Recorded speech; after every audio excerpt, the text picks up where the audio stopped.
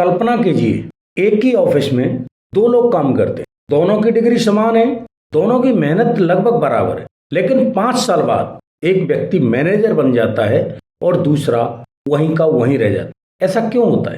क्या सिर्फ टैलेंट सफलता दिलाता है? नहीं, दुनिया में हजारों ऐसे लोग हैं जो बेहद प्रतिभाशाली हैं, लेकिन फिर भी उन्हें वह सम्मान, सहयोग और अवसर नहीं मिलते जिसके वे हकदार हैं। दूसरी तरफ कुछ लोग ऐसे होते हैं जो साधारण योग्यता के बावजूद हर जगह पसंद किए जाते हैं। लोग उनकी बात सुनते हैं, उनका सम्मान करते हैं और उनकी मदद करने के लिए तैयार रहते हैं। उनका सबसे बड़ा रहस्य क्या है? यह है लोक व्यवहार, यानी लोगों के साथ ऐसा व्यवहार करना जिससे वे आपके करीब आए, आप पर भरोसा करें और खुशी खुशी आपका साथ दें। आज हम जिस पुस्तक की चर्चा कर रहे हैं वह दुनिया की सबसे प्रभावशाली सेल्फ हेल्प पुस्तकों में से एक है। इस पुस्तक ने करोड़ों लोगों की जिंदगी बदल दी है। नेताओं, व्यापारियों, शिक्षकों, कर्मचारियों और आम लोगों ने इसके सिद्धांतों को अपनाकर अपने रिश्तों और कैरियर में अद्भुत परिवर्तन देखा है।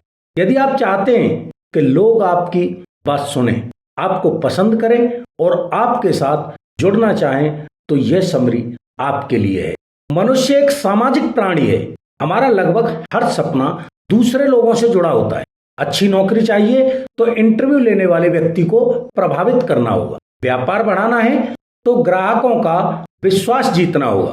परिवार में खुश रहना है तो रिश्तों को समझना होगा। दोस्त बनाने हैं तो लोगों के दिल तक पहुंचना होगा। लेकिन अधिकांश लोग यही गलती करते हैं कि वे सिर्फ अपने बारे में सोचते हैं। हर व्यक्ति चाहता है कि लोग उसे समझें, लेकिन वह दूसरों को समझने की कोशिश नहीं करता।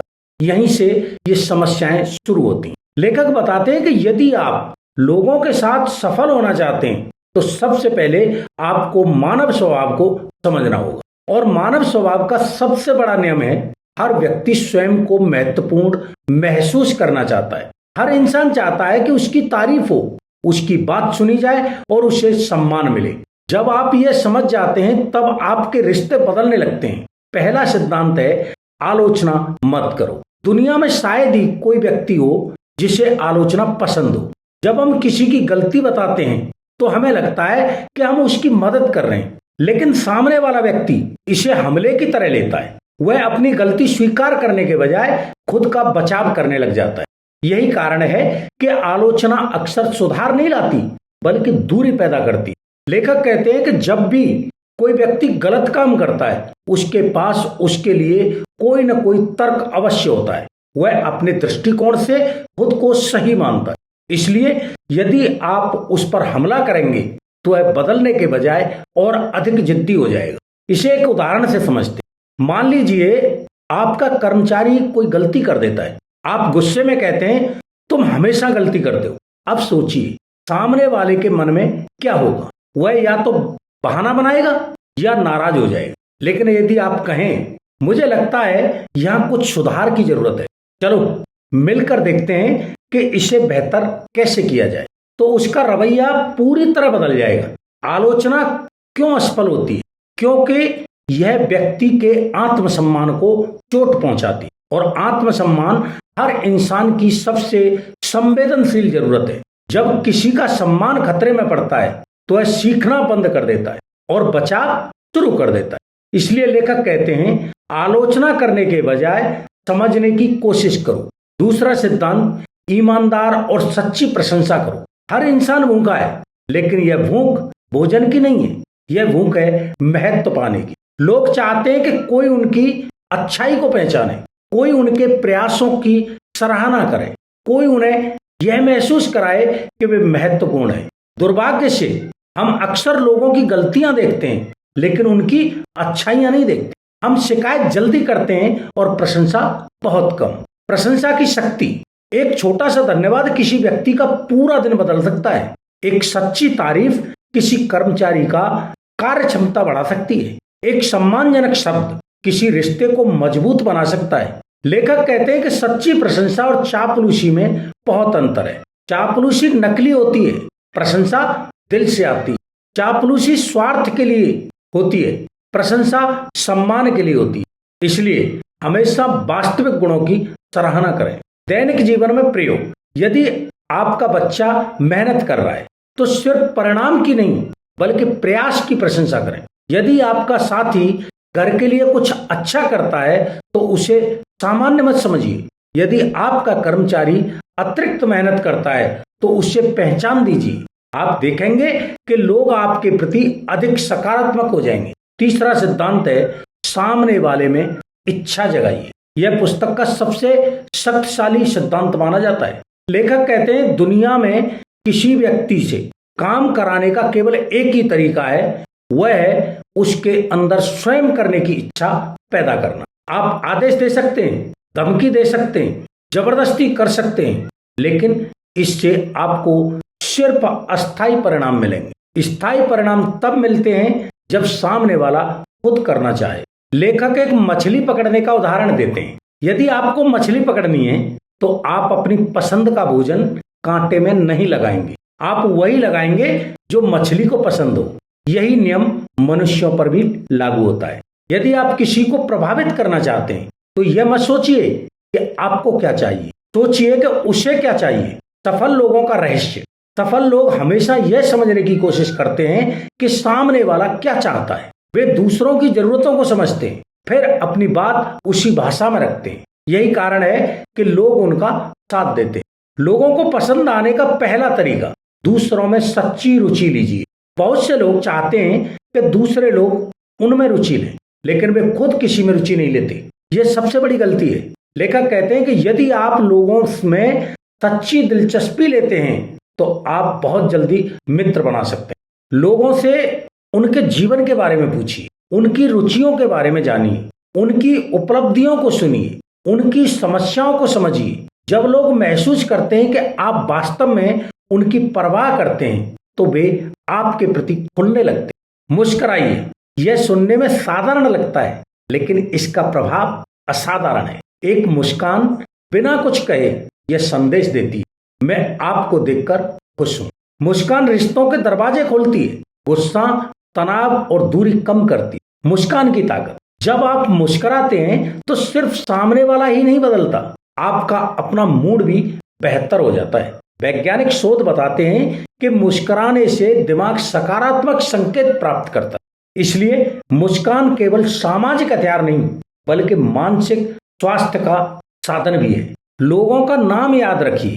लेखक कहते हैं कि किसी भी व्यक्ति का नाम उसके लिए दुनिया का सबसे मधुर शब्द होता है। जब कोई हमारा नाम याद रखता है तो हमें लगता है कि हम महत्वपूर्ण हैं, लेकिन अधिकांश लोग नाम भूल जाते हैं क्योंकि वे ध्यान नहीं देते। नाम याद रखने की कला, जब कोई अपना नाम बताए तो ध्यान से सुनिए, बातचीत में उसका नाम दोहराइए, उसे किसी चित्र या घटना से जोड़िए। थोड़ा अभ्यास करने पर यह आदत बन जाती है। इसका प्रभाव, जब आप किसी का नाम याद रखते हैं तो उसे लगता है कि आप उसका सम्मान करते हैं। यह छोटी सी आदत बड़े रिश्ते बनाती है। अच्छे श्रोता बनिए। अधिकांश लोग सुनते कम हैं और बोलते ज्यादा हैं।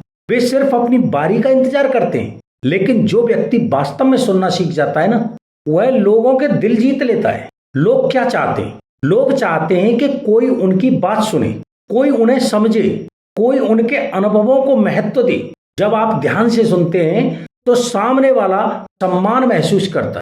लेकिन यहीं से लोक व्यवहार का असली खेल शुरू होता है, क्योंकि किसी का नाम याद रखना, मुस्कुराना, उसकी बात सुनना और उसकी प्रशंसा करना आपको लोगों के करीब तो ले जाता है, लेकिन जीवन की असली परीक्षा तब शुरू होती है जब आपके और सामने वाले व्यक्ति के विचार टकराने लगते हैं। जब कोई आपकी बात मानने को तैयार न हो, जब कोई व्यक्ति अपनी गलती स्वीकार न करे, जब आपको किसी को समझाना हो, प्रभावित करना हो या उसकी सोच बदलनी हो, यहीं पर अधिकांश लोग असफल हो जाते हैं। वे सोचते हैं कि लोगों को प्रभावित करने का सबसे अच्छा तरीका है उन्हें यह साबित कर देना कि वे गलत हैं, लेकिन यही सबसे बड़ी भूल है।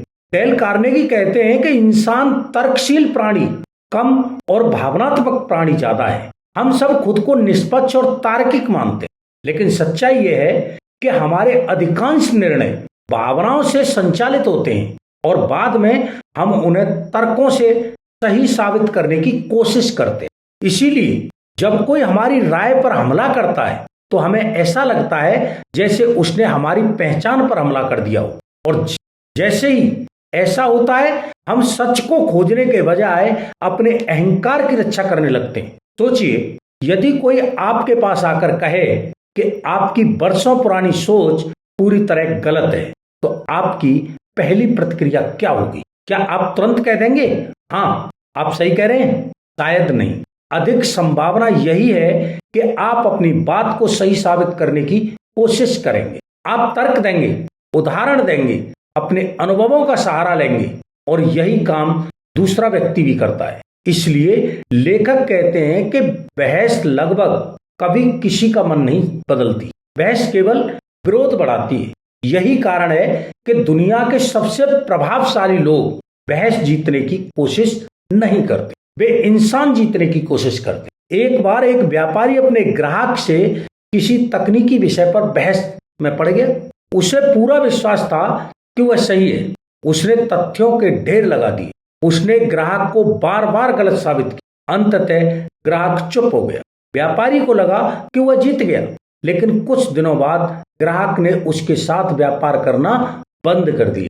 व्यापारी को तब समझ आया कि उसने बहस तो जीत ली थी, लेकिन ग्राहक को खो दिया। और व्यापार में ग्राहक खोना किसी भी बहस जीतने से अधिक महंगा पड़ता है। जीवन में भी यही होता है। कई पति पत्नी बहस जीत जाते हैं, लेकिन रिश्ते हार जाते हैं। कई दोस्त अपने तर्कों से सामने वाले को चुप तो करा देते हैं, लेकिन दोस्ती खो देते हैं। कई नेता अपनी शक्ति दिखा देते हैं, लेकिन लोगों का विश्वास खो बैठते हैं। इसलिए यदि आपका लक्ष्य केवल सही साबित होना नहीं बल्कि प्रभावशाली बनना है, तो बहस से जितना हो सके बचिए। जब कोई व्यक्ति आपसे असहमत हो तो उसे ध्यान से सुनिए, उसे महसूस होने दीजिए कि उसकी बात महत्वपूर्ण है, क्योंकि हर व्यक्ति अपने विचारों को मूल्यवान मानता है, और जब आप उसके विचारों का सम्मान करते हैं तब वह आपकी बात सुनने के लिए अधिक तैयार होता है। लेखक कहते हैं, यदि आप किसी व्यक्ति को बदलना चाहते हैं तो सबसे पहले उसे यह महसूस कराइए कि आप उसके शत्रु नहीं हैं, आप उसके विरोधी नहीं हैं, आप उसे नीचा दिखाने नहीं आए हैं। आप केवल एक बेहतर समाधान खोजने की कोशिश कर रहे हैं। यही कारण है कि सीधे यह कहना कि तुम गलत हो लगभग हमेशा गलत रणनीति होती है। कल्पना कीजिए कि कोई कर्मचारी रिपोर्ट तैयार करता है, उसने कई घंटे मेहनत की है। अब यदि उसका प्रबंधक आते ही कह दे यह सब गलत है, तो कर्मचारी का मनोबल टूट जाएगा, वह तुरंत बचाव की मुद्रा में आ जाएगा। लेकिन यदि प्रबंधक कहे तुमने इसमें अच्छी मेहनत की है, मुझे कुछ बिंदु दिखाई दे रहे हैं जिन्हें और बेहतर बनाया जा सकता, तो वही संदेश अब स्वीकार करना आसान हो जाता है। लोक व्यवहार का अर्थ ही यही है कि आप सत्य को इस तरह प्रस्तुत करें कि सामने वाले का सम्मान बना रहे, क्योंकि सम्मान होने के बाद लोग शायद ही कभी आपकी बात स्वीकार करेंगे। डेल कार्नेगी बार बार एक बात दोहराते हैं कि इंसान की सबसे गहरी इच्छाओं में से एक है महत्वपूर्ण महसूस करना, और जब आप किसी को गलत साबित करते हैं तो आप उसकी इसी आवश्यकता पर चोट करते हैं। इसलिए प्रभावशाली व्यक्ति कभी आदेशात्मक भाषा का उपयोग नहीं करते, वे सुझाव देते हैं, वे प्रश्न पूछते हैं, वे सामने वाले को सोचने का अवसर देते हैं। मान लीजिए आपको अपने बेटे से कमरा साफ करवाना है। यदि आप कहेंगे अभी के अभी कमरा साफ करो, तो संभव है वह विरोध करेगा। लेकिन यदि आप पूछें तुम्हें क्या लगता है अगर यह कमरा व्यवस्थित हो जाए तो कैसा लगेगा, तो उसका दृष्टिकोण बदल सकता। प्रश्न लोगों को सोचने पर मजबूर करते, आदेश लोगों को विरोध करने पर मजबूर करते। यही कारण है कि महान नेता आदेश देने से पहले प्रश्न पूछते हैं। वे लोगों को निर्णय प्रक्रिया का हिस्सा बनाते हैं, उन्हें महसूस कराते हैं कि वे महत्वपूर्ण है, और जब व्यक्ति स्वयं निर्णय लेता है तो वह उसे पूरा करने के लिए अधिक प्रतिबद्ध होता है। एक और महत्वपूर्ण सिद्धांत यह है कि यदि आप गलत हैं तो तुरंत स्वीकार कीजिए। यह सुनने में सरल है लेकिन व्यवहार में कठिन है, क्योंकि हमारा अहंकार हमें रोकता है। हम चाहते हैं कि लोग हमें सक्षम समझें, बुद्धिमान समझें, सही समझें, लेकिन सच्ची ताकत अपनी गलती छिपाने में नहीं, उसे स्वीकार करने में होती है। जब आप अपनी गलती स्वयं मान लेते हैं तो सामने वाले का आक्रामक रवैया अक्सर नरम पड़ जाता है। उसे लगता है कि आप ईमानदार हैं और ईमानदारी विश्वास पैदा करती। एक व्यक्ति अपनी कंपनी में काम करता था, उससे एक बड़ी गलती हो गई। उसे लगा कि अब उसे डांट पड़ेगी, लेकिन अपने अधिकारी के पास पहुंचते ही उसने कहा, यह गलती मेरी है और इसकी पूरी जिम्मेदारी मैं लेता हूं। उसका अधिकारी कुछ क्षण चुप रहा, फिर बोला, जब तुमने खुद ही अपनी जिम्मेदारी स्वीकार कर ली है तो मेरे पास तुम्हें दोष देने का कोई कारण नहीं है। अब चलो समाधान खोजते हैं। यही शक्ति है जिम्मेदारी लेने की। जो व्यक्ति अपनी गलतियों का मालिक बनता है, लोग उसका सम्मान करते हैं। अब एक और गहरी बात समझिए, अधिकांश लोग दूसरों को बदलना चाहते हैं। वे चाहते हैं कि उनका साथी बदल जाए, उनका कर्मचारी बदल जाए, उनका मित्र बदल जाए, लेकिन वे स्वयं बदलने को तैयार नहीं होते। डेल कार्नेगी कहते हैं कि यदि आप किसी को प्रभावित करना चाहते हैं तो पहले स्वयं को बदलिए, अपने व्यवहार को बदलिए, अपने शब्दों को बदलिए, अपने दृष्टिकोण को बदलिए, क्योंकि आपका व्यवहार ही सामने वाले के व्यवहार को प्रभावित करता है। यदि आप सम्मान देंगे तो सम्मान मिलने की संभावना बढ़ जाएगी। यदि आप धैर्य रखेंगे तो सामने वाला भी अधिक धैर्यवान हो सकता है। यदि आप सुनेंगे तो लोग भी आपको सुनना चाहेंगे। लोक व्यवहार किसी चालाकी का नाम नहीं है। यह लोगों को नियंत्रण करने की कला नहीं है, यह लोगों को समझने की कला है, और समझ हमेशा नियंत्रण से अधिक शक्तिशाली होती है। एक बार एक व्यक्ति अपने ग्राहक से मिलने गया। वह अपने उत्पाद के गुण गिनाने लगा, लगातार बोलता रहा। ग्राहक चुपचाप सुनता रहा। बैठक समाप्त हुई, लेकिन सौदा नहीं हुआ। कुछ समय बाद उसने अपनी रणनीति बदली। इस बार वह ग्राहक के पास गया और उससे प्रश्न पूछने लगा। उसने पूछा, आपकी सबसे बड़ी चुनौती क्या है? आप किस समस्या का समाधान खोज रहे हैं? आपको किस प्रकार की सहायता चाहिए? ग्राहक बोलता गया। करीब आधे घंटे तक वही बोलता रहा। बैठक के अंत में सौदा हो गया। क्यों? क्योंकि इस बार ग्राहक को महसूस हुआ कि कोई उसकी बात समझ रहा है। अधिकांश लोग अच्छे वक्ता बनने की कोशिश करते हैं, लेकिन दुनिया अच्छे श्रोताओं की कमी से जूझ रही है। जो सुनना सीख जाता है वह लोगों के दिलों तक पहुंच जाता है, क्योंकि सुनना केवल शब्द सुनना नहीं है, सुनना सम्मान देना है। सुनना यह कहना है कि तुम महत्वपूर्ण हो, और हर इंसान यही सुनना चाहता है। इसीलिए लेखक कहते हैं कि यदि आप चाहते हैं कि लोग आपको पसंद करें तो उनकी पसंदीदा चीज के बारे में बात कीजिए। हर व्यक्ति किसी विषय को लेकर उत्साहित होता है। किसी को खेल पसंद है, किसी को व्यापार, किसी को परिवार। जब आप उन विषयों पर रुचि दिखाते हैं तो व्यक्ति स्वाभाविक रूप से आपके करीब महसूस करता है। लोग उन लोगों को पसंद करते हैं जो उन्हें समझते हैं, जो उनकी दुनिया को समझने का प्रयास करते हैं। अब कल्पना कीजिए कि आप किसी व्यक्ति को कोई विचार स्वीकार करवाना चाहते हैं। सीधे कहने के बजाय यह करो। क्या होगा यदि आप उसे ऐसा महसूस कराएं कि यह विचार उसी का है? यही प्रभाव की सबसे शक्तिशाली तकनीकों में से एक है। मनुष्य अपने विचारों को सबसे अधिक महत्व देता है। यदि आप किसी पर विचार थोपेंगे तो वह उसका विरोध करेगा, लेकिन यदि उसे लगे कि उसने स्वयं निष्कर्ष निकाला है तो वह पूरी निष्ठा से उसे अपनाएगा। महान शिक्षक यही करते हैं, महान नेता भी यही करते हैं। वे उत्तर देने से अधिक प्रश्न पूछते हैं। वे लोगों को सोचने के लिए प्रेरित करते हैं, और जब व्यक्ति स्वयं समाधान खोजता है तो वह उससे गहराई से जुड़ जाता है। यही वास्तविक नेतृत्व है। नेतृत्व का अर्थ लोगों को आदेश देना नहीं है।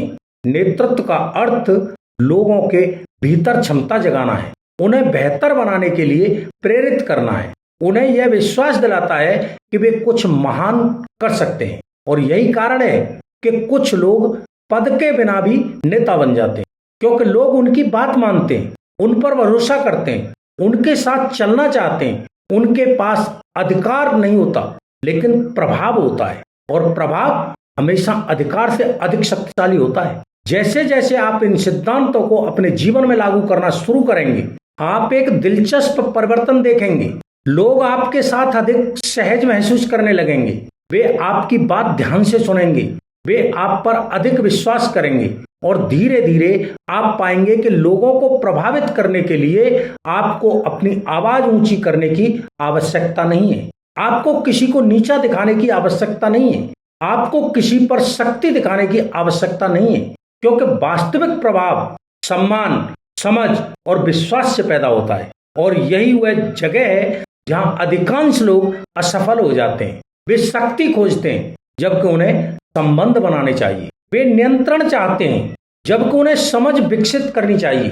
वे लोगों को बदलना चाहते हैं जबकि उन्हें लोगों को समझना चाहिए। और जो यह अंतर समझ जाता है उसके लिए लोक व्यवहार केवल एक कौशल नहीं रहता, वह जीवन जीने का तरीका बन जाता है। लेकिन अभी सबसे महत्वपूर्ण पाठ बाकी है, क्योंकि लोगों को समझना एक बात है और उन्हें बिना नाराज किए बेहतर बनने के लिए प्रेरित करना दूसरी बात है। कैसे किसी की गलती बताई जाए बिना उसका आत्मसम्मान तोड़े, कैसे नेतृत्व किया जाए ताकि लोग स्वेच्छा से आपका अनुसरण करें, कैसे रिश्तों को इतना मजबूत बनाया जाए कि वे समय और परिस्थितियों की परीक्षा में भी टिके रहें। यहीं से शुरू होता है इस पुस्तक का अंतिम और सबसे शक्तिशाली अध्याय। और यही वह जगह है जहां अधिकांश लोग असफल हो जाते हैं। वे यह मान लेते हैं कि यदि उनके पास अधिकार है तो लोग उनकी बात मान ही लेंगे। लेकिन इतिहास बार बार यह साबित करता है कि लोग पद का सम्मान कर सकते हैं पर दिल से केवल उसी का अनुसरण करते हैं जिस पर उन्हें विश्वास होता है। विश्वास किसी एक दिन में नहीं बनता, यह छोटे छोटे व्यवहारों से बनता है, एक सम्मानजनक शब्द से बनता है, एक सच्ची प्रशंसा से बनता है, एक धैर्यपूर्ण बातचीत से बनता है, एक ऐसा क्षण जब आप किसी व्यक्ति को जज करने के बजाय उसे समझने की कोशिश करते हैं। यही वे ईंटें हैं जिनसे मजबूत रिश्तों की इमारत बनती है। लेखक बताते हैं कि अक्सर लोग अपने बारे में सोचने में इतने व्यस्त रहते हैं कि वे दूसरों की भावनाओं को समझने का प्रयास ही नहीं करते। यदि आप किसी पार्टी में जाएं और वहां मौजूद लोगों को ध्यान से देखें तो पाएंगे कि लगभग हर व्यक्ति चाहता है कि लोग उसकी बात सुनें। हर व्यक्ति चाहता है कि उसकी उपलब्धियों की चर्चा हो। हर व्यक्ति चाहता है कि उसकी समस्याओं को महत्व दिया जाए। लेकिन बहुत कम लोग ऐसे होते हैं जो सचमुच दूसरों में रुचि लेते हैं। और यही कारण है कि जो व्यक्ति दूसरों को महत्व देता है वह भीड़ से अलग दिखाई देता है। कल्पना कीजिए कि आप किसी ऐसे व्यक्ति से मिलते हैं जो आपसे बातचीत करते समय बार बार मोबाइल देखने लगता है। आपको कैसा महसूस हो? शायद यह कि आपकी बात उसके लिए महत्वपूर्ण नहीं है। अब इसके विपरीत सोचिए, एक व्यक्ति पूरी एकाग्रता से आपकी बात सुन रहा है, आपकी आंखों में देखकर बात कर रहा है, बीच बीच में प्रश्न पूछ रहा है, आपकी भावनाओं को समझने की कोशिश कर रहा है। ऐसे व्यक्ति के बारे में आपकी राय तुरंत बदल जाएगी। यही सक्रिय श्रवण की शक्ति है। लोग अक्सर सोचते हैं कि प्रभावशाली बनने के लिए आकर्षक बोलना जरूरी है, लेकिन सच्चाई यह है कि प्रभावशाली बनने के लिए आकर्षक सुनना अधिक जरूरी है। जब लोग महसूस करते हैं कि आप उन्हें समझते हैं तो वे स्वाभाविक रूप से आपकी ओर आकर्षित होते हैं। यही कारण है कि महान कूटनीतिज्ञ, सफल व्यापारी और प्रभावशाली नेता पहले सुनते हैं और बाद में बोलते हैं। वे जानते हैं कि हर व्यक्ति अपने अनुभवों की दुनिया में जी रहा है और यदि आप उस दुनिया में प्रवेश करना चाहते हैं तो आपको पहले उसके दरवाजे पर दस्तक देनी होगी। दूसरों की दृष्टि से चीजों को देखने की आदत भी इसी सिद्धांत का हिस्सा है। मान लीजिए एक कर्मचारी लगातार देर से ऑफिस आता है। अधिकांश प्रबंधक तुरंत उसे लापरवाह घोषित कर देते हैं, लेकिन एक समझदार नेता पहले कारण जानने की कोशिश करता है। हो सकता है कि वह किसी पारिवारिक समस्या से गुजर रहा हो सकता है कि उसकी स्वास्थ्य संबंधी कोई कठिनाई हो सकता है कि कोई ऐसी परिस्थिति हो जिसे आप नहीं जानते। इसका मतलब यह नहीं है कि गलती को नजरअंदाज कर दिया जाए। इसका मतलब केवल इतना है कि निर्णय लेने से पहले समझने की कोशिश की जाए। समझदारी का अर्थ नरमी नहीं है। समझदारी का अर्थ है सही जानकारी से आधार पर प्रतिक्रिया देना। लेखक एक महत्वपूर्ण बात बताते हैं, अधिकांश लोग आलोचना से नहीं बदलते, वे प्रेरणा से बदलते हैं। यदि आप किसी व्यक्ति को बार बार उसकी कमियां बताएंगे तो वह निराश हो सकता है, लेकिन यदि आप उसे उसकी क्षमता दिखाएंगे तो वह बेहतर बनने की कोशिश करेगा। एक शिक्षक के पास दो छात्र थे। पहला छात्र औसत था लेकिन मेहनती था, दूसरा प्रभावशाली था लेकिन आलसी था। शिक्षक ने मेहनती छात्र से कहा, तुम में बहुत संभावना है, यदि इसी तरह प्रयास करते रहे तो तुम बहुत आगे जा सकते हैं। उस एक वाक्य ने छात्र की सोच बदल दी। उसे लगा कि कोई उसकी क्षमता पर विश्वास करता है। वह और अधिक मेहनत करने लगा। कुछ वर्षों बाद वही छात्र अपने क्षेत्र में सफल हुआ। कई बार लोगों को बदलने के लिए लंबा भाषण नहीं चाहिए होता, उन्हें केवल किसी ऐसे व्यक्ति की जरूरत होती है जो उन पर विश्वास करे, और यही नेतृत्व की असली शुरुआत है। नेता वह नहीं है जो सबसे आगे खड़ा हो, नेता वह है जो लोगों को उनके भीतर छिपी शक्ति दिखा सके, जो उन्हें यह महसूस करा सके कि वे उससे अधिक सक्षम हैं जितना वे स्वयं को समझते हैं। इसी संदर्भ में लेखक एक और महत्वपूर्ण सिद्धांत बताते हैं, यदि आपको किसी की गलती सुधारनी हो तो शुरुआत उसकी अच्छाइयों से कीजिए। सीधे दोष बताने से व्यक्ति रक्षात्मक हो जाता है, लेकिन यदि पहले उसके अच्छे कामों की सराहना की जाए तो वह सुधार के सुझावों को अधिक सहजता से स्वीकार करता है। मान लीजिए आपका कोई सहकर्मी रिपोर्ट तैयार करता है। रिपोर्ट में कुछ कमियां हैं। यदि आप कहें यह रिपोर्ट ठीक नहीं है तो वह निराश हो सकता है, लेकिन यदि आप कहें रिपोर्ट की संरचना बहुत अच्छी है, मुझे केवल कुछ बिंदु दिख रहे हैं जिन्हें और बेहतर बनाया जा सकता है, तो परिणाम अलग होगा। याद रखिए, उद्देश्य व्यक्ति को नीचा दिखाना नहीं है, उसे बेहतर बनाना है। और जो व्यक्ति बेहतर बनाने की कला सीख जाता है वही वास्तविक प्रभाव पैदा करता है। जीवन में एक और रोचक सत्य है, लोग अक्सर आपके शब्द नहीं आपकी भावना याद रखते हैं। आपने क्या कहा यह समय के साथ धुंधला हो सकता है, लेकिन आपने उन्हें कैसा महसूस कराया यह लंबे समय तक याद रहता है। इसलिए यदि आप चाहते हैं कि लोग आपको सम्मान दें तो पहले उन्हें सम्मान दीजिए। यदि आप चाहते हैं कि लोग आपकी बात सुने तो पहले उनकी बात सुनिए। यदि आप चाहते हैं कि लोग आप पर विश्वास करें तो पहले उन्हें यह विश्वास दिलाइए कि आप उनके हितैषी हैं। यही लोक व्यवहार का स्वर्णिम नियम है। दूसरों के साथ वैसा व्यवहार कीजिए जैसा आप अपने लिए चाहते हैं। सुनने में यह एक साधारण वाक्य लगता है, लेकिन यदि कोई व्यक्ति केवल इसी एक नियम को ईमानदारी से अपना ले तो उसके अधिकांश रिश्ते बदल सकते। घर में, ऑफिस में, व्यापार में, दोस्ती में, हर जगह धीरे धीरे आप यह समझने लगते हैं कि लोगों को प्रभावित करना कोई रहस्यमय कला नहीं है। यह छोटे छोटे मानवीय व्यवहारों का परिणाम है। यह लोगों को महत्व देने का परिणाम है। यह उनके सम्मान की रक्षा करने का परिणाम है। यह उनकी भावनाओं को समझने का परिणाम है। और यही कारण है कि कुछ लोग जहां भी जाते हैं वहां सहयोग और सद्भावना पैदा कर देते हैं, जबकि कुछ लोग प्रतिभाशाली होने के बावजूद लगातार संघर्ष करते रहते हैं। अंतर केवल व्यवहार का होता है। डेल कार्नेगी हमें यही सिखाते हैं कि सफलता का मार्ग केवल ज्ञान से नहीं गुजरता, वह लोगों से होकर गुजरता है। और जो लोगों को समझ लेता है वह जीवन के सबसे बड़े रहस्यों में से एक को समझ लेता है, क्योंकि अंततः हर रिश्ता, हर अवसर, हर सफलता और हर नेतृत्व मनुष्य से जुड़ा हुआ है। और मनुष्य को समझने की शुरुआत सम्मान से होती है।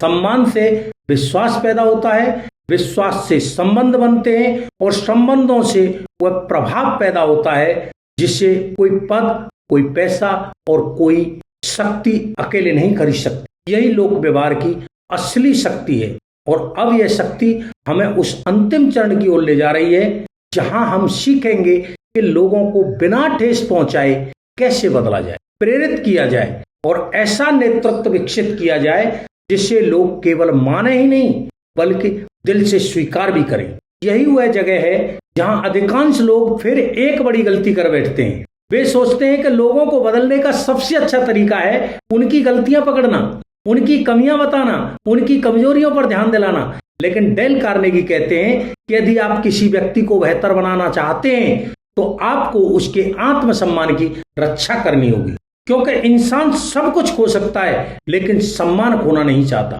और जिस क्षण किसी व्यक्ति को लगता है कि उसका सम्मान खतरे में है वह सीखना बंद कर देता है, वह अपने बचाव में खड़ा हो जाता है। यही कारण है कि समझदार लोग किसी की गलती बताने से पहले उसकी अच्छाइयों को स्वीकार करते हैं। कल्पना कीजिए आप एक प्रबंधक हैं और आपका कर्मचारी लगातार कुछ गलतियां कर रहा है। यदि आप उसे सबके सामने डांट देंगे तो हो सकता है कि वह और अधिक असुरक्षित हो जाए, उसका आत्मविश्वास टूट जाए। लेकिन यदि आप निजी तौर पर उससे बात करें, उसके अच्छे कार्यों की सराहना करें और फिर सुधार की दिशा दिखाएं, तो परिणाम बिल्कुल अलग होगा।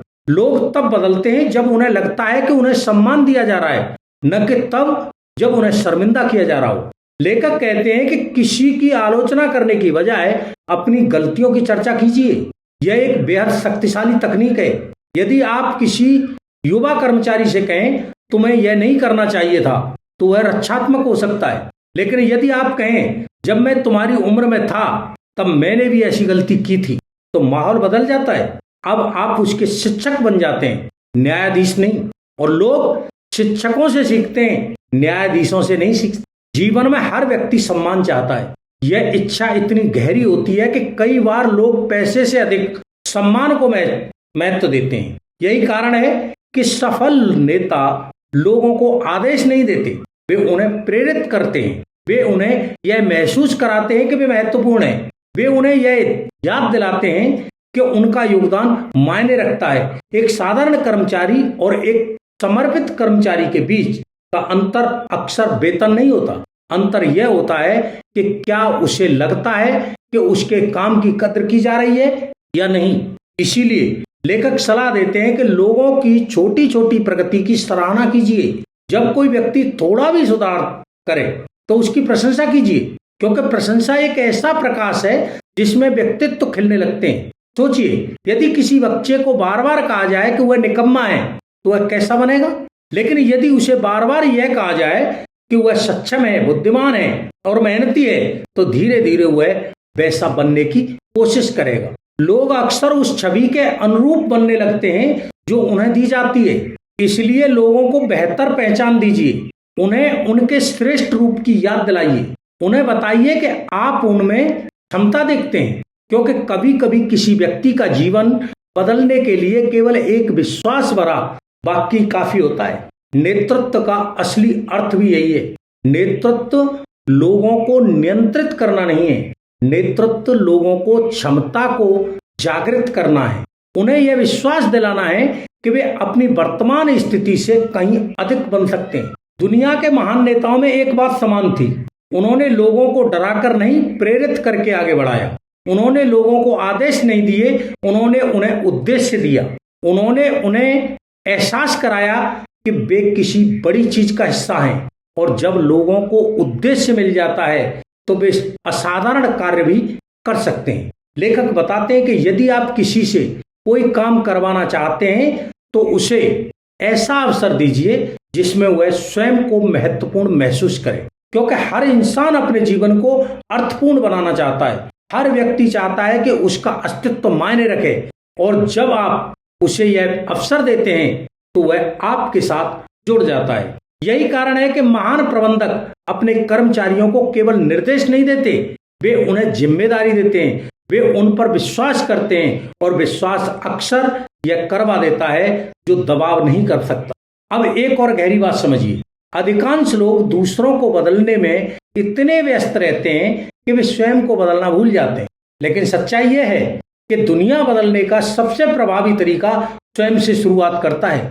यदि आप चाहते हैं कि लोग अधिक विनम्र हों तो पहले स्वयं विनम्र बनिए। यदि आप चाहते हैं कि लोग ईमानदार हों तो पहले स्वयं ईमानदार बनिए। यदि आप चाहते हैं कि लोग आपकी बात सुने तो पहले उनकी बात सुनिए। लोक व्यवहार का मूल सिद्धांत यही है कि प्रभाव उदाहरण से आता है, उपदेश से नहीं।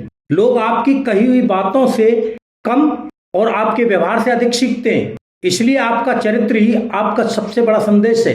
डेल कार्नेगी की पूरी पुस्तक एक सरल लेकिन गहरी सच्चाई के इर्द गिर्द घूमती है। यदि आप लोगों को महत्व देंगे तो लोग आपको महत्व देंगे। यदि आप लोगों का सम्मान करेंगे तो लोग आपका सम्मान करेंगे। यदि आप लोगों को समझने की कोशिश करेंगे तो लोग आपको समझने की कोशिश करेंगे। और यही रिश्तों की नींव है। आज की दुनिया में ज्ञान की कमी नहीं है, जानकारी की कमी है, तकनीक की कमी नहीं है, लेकिन अच्छे व्यवहार की कमी है। धैर्य की कमी है, सहानुभूति की कमी है, सुनने की कला की कमी है। और जो व्यक्ति इन गुणों को विकसित कर लेता है वह भीड़ से अलग दिखाई देता है। वह केवल सफल नहीं बनता, वह प्रभावशाली बनता है। लोग उसके साथ काम करना चाहते हैं, उसके साथ समय बिताना चाहते हैं, उस पर विश्वास करना चाहते हैं। और यही वास्तविक सफलता है, क्योंकि अंततः जीवन की गुणवत्ता हमारे रिश्तों की गुणवत्ता से निर्धारित होती है। यदि आपके पास पैसा है लेकिन अच्छे रिश्ते नहीं है तो जीवन अधूरा है। यदि आपके पास पद है लेकिन लोगों का विश्वास नहीं है तो वह पद भी टिकाऊ नहीं होगा। यदि आपके पास प्रतिभा है लेकिन व्यवहार अच्छा नहीं है तो आपकी प्रगति सीमित रह जाएगी। लेकिन यदि आप लोगों के साथ व्यवहार करना सीख जाते हैं तो जीवन के लगभग हर क्षेत्र में आपकी संभावनाएं बढ़ जाती हैं। यही कारण है कि यह पुस्तक केवल व्यापारियों के लिए नहीं है, यह केवल नेताओं के लिए नहीं है, यह हर उस व्यक्ति के लिए है जो बेहतर रिश्ते चाहता है, जो अधिक प्रभावशाली बनना चाहता है, जो लोगों के दिलों तक पहुंचना चाहता है, जो सम्मान कमाना चाहता है और जो जीवन में स्थायी सफलता प्राप्त करना चाहता है। अब एक क्षण रुककर स्वयं से एक प्रश्न पूछिए, क्या आप वास्तव में लोगों को सुनते हैं? क्या आप दूसरों की भावनाओं को समझने की कोशिश करते हैं? क्या आप आलोचना करने से पहले समझने का प्रयास करते हैं? क्या आप लोगों को वह सम्मान देते हैं जिसकी अपेक्षा आप स्वयं करते हैं? यदि उत्तर नहीं है तो चिंता की बात नहीं है, क्योंकि यही सीखने की शुरुआत है। कोई भी व्यक्ति जन्म से महान संचारक नहीं होता, कोई भी जन्म से महान नेता नहीं होता।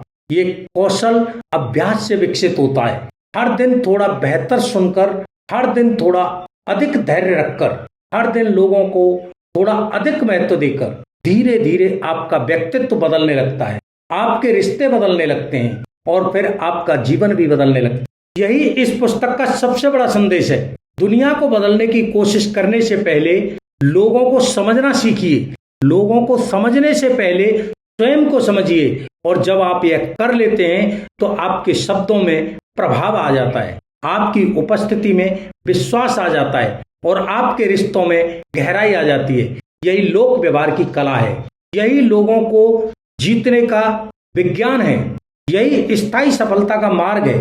और अब इस पूरी यात्रा को एक वाक्य में समेटना हो तो वह यह होगा, लोग तर्क से कम और सम्मान से अधिक प्रभावित होते हैं। यदि आप यह एक बात अपने जीवन में उतार लेते हैं तो इस पुस्तक का सबसे बड़ा पाठ आपने सीख लिया है। दोस्तों, यदि इस पुस्तक की एक भी सीख आपके दिल को छू गई हो तो इसे केवल सुनकर मत छोड़िए।